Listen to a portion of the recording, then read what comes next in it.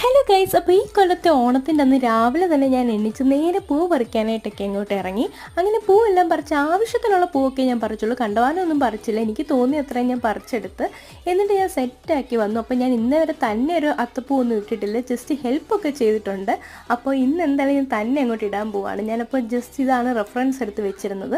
അപ്പോൾ ഈ ഒരു ഐഡിയ വെച്ചിട്ട് ഞാൻ അങ്ങോട്ടൊന്ന് ഇട്ട് നോക്കി. ഇപ്പം നിങ്ങൾക്ക് ഇഷ്ടമാകുന്നുണ്ടോ നിങ്ങൾ പറയണേ, ഞാൻ കാണിക്കാം അത് ലാസ്റ്റ്.